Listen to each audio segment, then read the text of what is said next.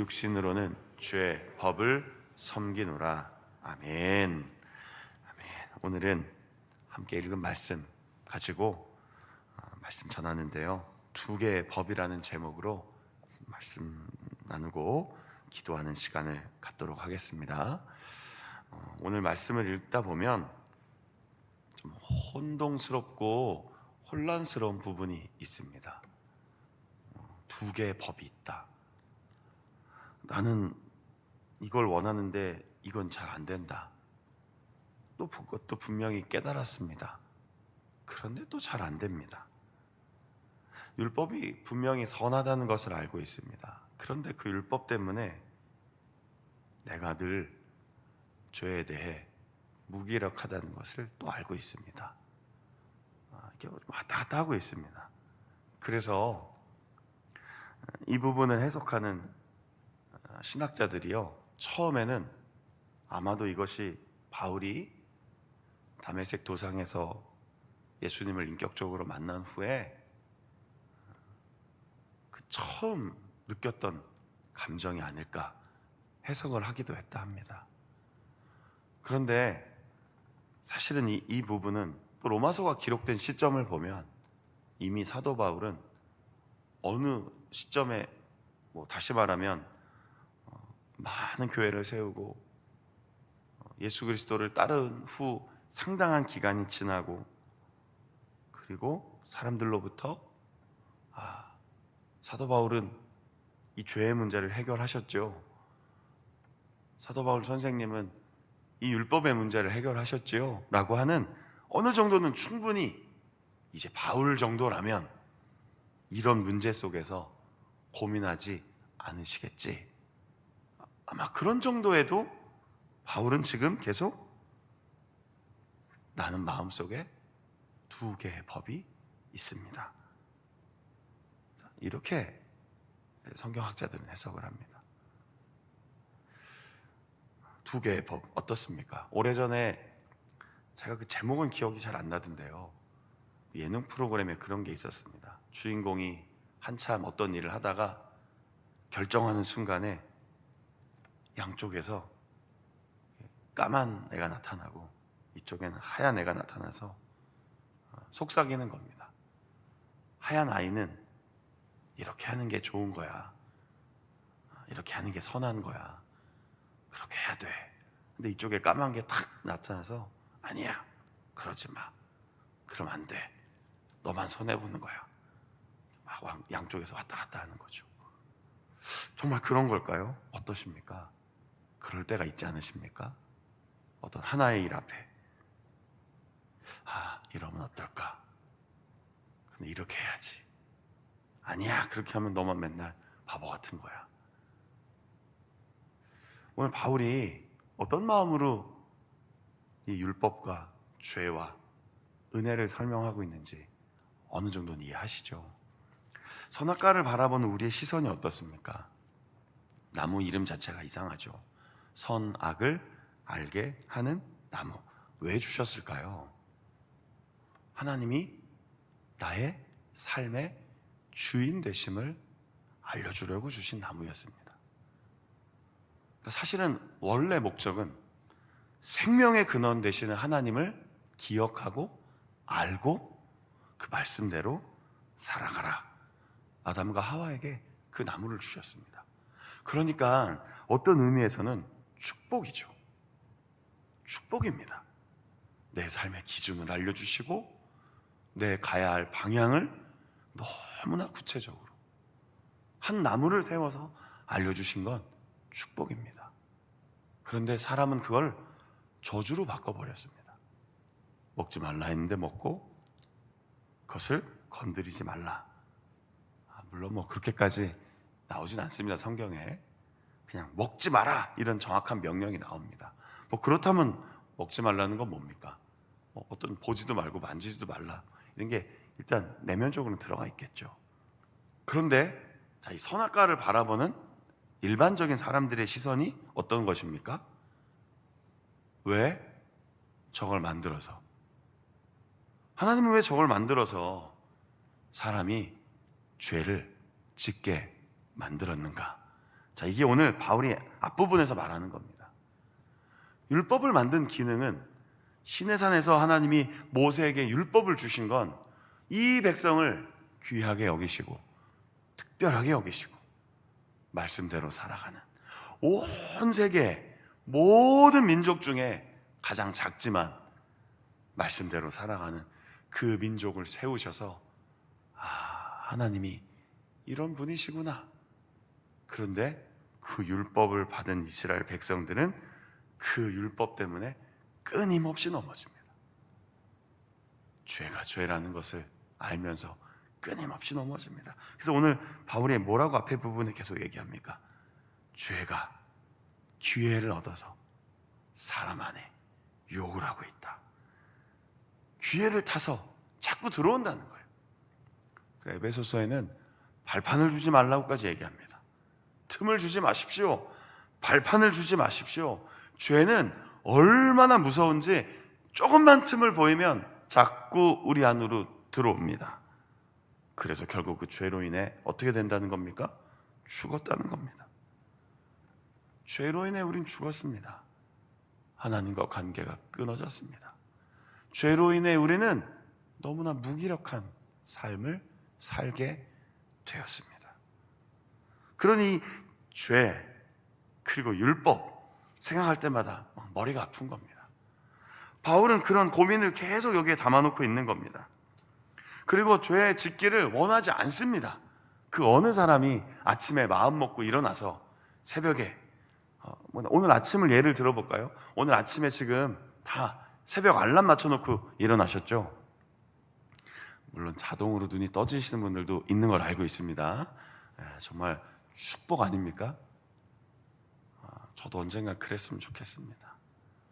저희 아버님 아직도 은퇴할 나이가 되셨는데 조금 사정이 있어서 목회하고 계시거든요. 말씀 전하고 계시고. 저희 아버님은 보통 한 4시쯤 일어나신다고 가끔 그런 얘기 하더라고요. 4시에 일어나서 일찍 교회 가신다고 해서 전 아직 불가능합니다. 전 아직도 알람이 딱 울려야 눈이 떠집니다.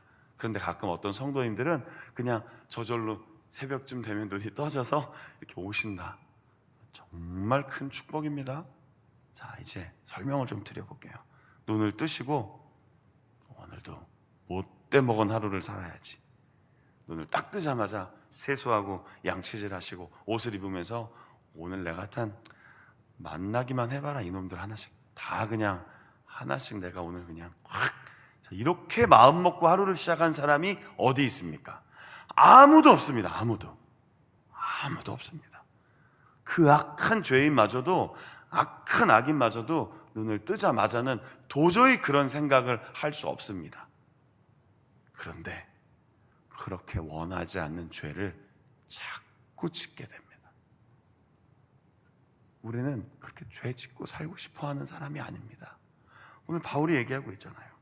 나는 그렇게 살고 싶지 않은데 내 마음속에 자꾸 악이 죄가 나를 사로잡습니다.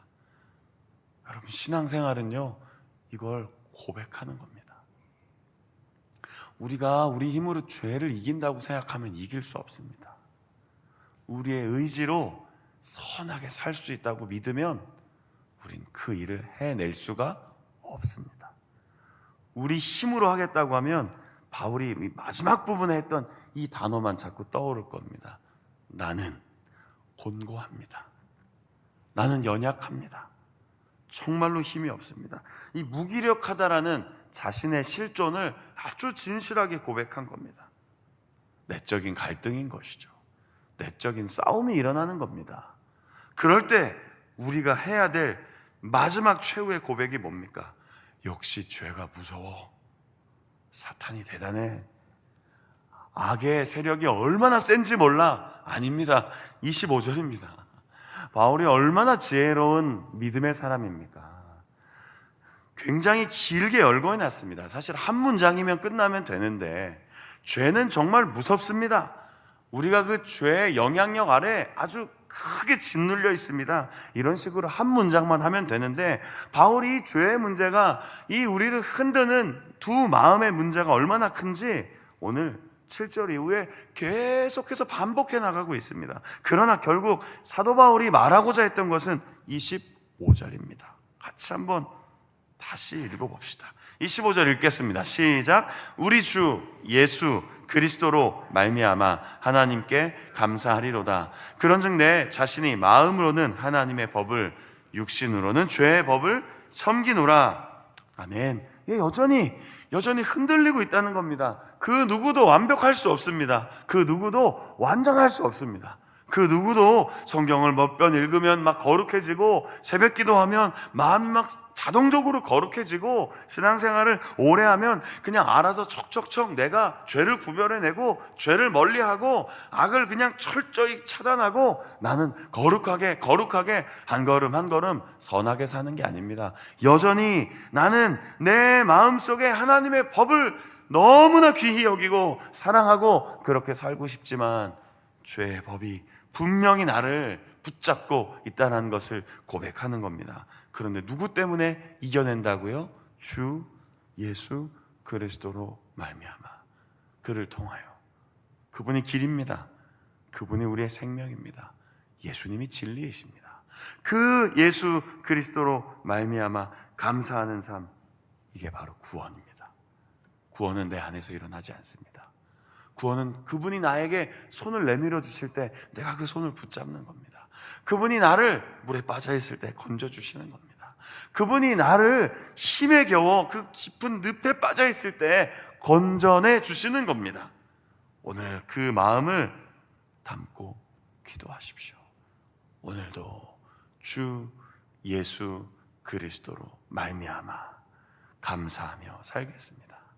우리 주 예수 그리스도로 말미암아 주어진 하루를 믿음으로 살아내겠습니다. 고백하고 기도하며 오늘도 주님과 함께 동행하시기를 간절히 소망합니다. 제가 로마서 이렇게 계속 새벽마다 이야기할 때마다 자주 말씀드리죠. 어떻게 하라고요? 선포하라고요. 선언하라고요. 제가 할 수만 있으면 아침에 들어가서 잠깐 컴퓨터도 열어서 제가 요즘에 우리 실장님 대리 업무하고 있거든요. 참모 과정 들어가셔서 제가 또 참모 대리하고 있습니다. 그래서 결제가 저한테 다 넘어오거든요. 결제하고 한참 이러고 있으면 방송이 나옵니다. 빰빰빰빰빰빰빰 이러면서 교육사 주제가가 쫙 나옵니다. 그럼 뭐 하라고 하는 건지 아십니까? 체조하라고 나오라는 소리입니다. 갈등이 생깁니다. 아직 이게 마무리가 안 됐는데 나가야 되나 말아야 되나 두 마음의 법이 막 흔듭니다. 그러다가 모르겠다, 나가서 한번 체조하고 오지. 체조하러 나갑니다. 그럼 또 나름 체조하고 나면 막 몸이 막 풀립니다. 이거 하고요. 그리고 마지막에 뭐 하고 헤어진 줄 아십니까? 부대 구호. 전승의 중심. 여기서 우리가 죄송합니다. 새벽에 자꾸 이런 얘기해서 이걸 아침마다 왜 할까 맨날 고민입니다. 그게 선언하는 겁니다. 선언. 아무 의미 없는 것이 아니라 선언하는 거죠. 전승의 중심. 여기서 저는 이렇게 크게 안 합니다. 근데 이쪽에 크게 하는 우리 집사님들이 계십니다. 우리 교회 집사님들. 아침마다 많이 만납니다. 집사님 안녕하세요. 안녕하세요. 만납니다. 자, 그 선언을 오늘 우리도 그리스도인으로 하는 겁니다. 뭐라고요? 우리 주 예수 그리스도로 말미암아 감사합니다. 우리 주 예수 그리스도로 말미암아 나는 승리합니다. 우리 주 예수 그리스도로 말미암아 나는 이 죄의 법을 이겨냅니다. 어떠십니까? 오늘 하루도 이런 믿음의 고백으로 시작하는 오늘 하루, 복된 하루가 되지 않겠습니까? 두 마음의 법 속에 예수 그리스도로 말미암아 승리하는. 그래서 우리 아까 찬양했죠. 이 무거운 짐을 나 홀로 지고 갈 때 나를 불쌍히 여겨주시는 분이 누구시라고요? 우리 주 예수 그리스도께서 나를 긍휼히 여겨주시는 겁니다. 오늘도 그 긍휼하신 은혜 안에 승리하며 믿음으로 주님과 동행하는 복된 하루 되시기를 예수님의 이름으로 축원합니다.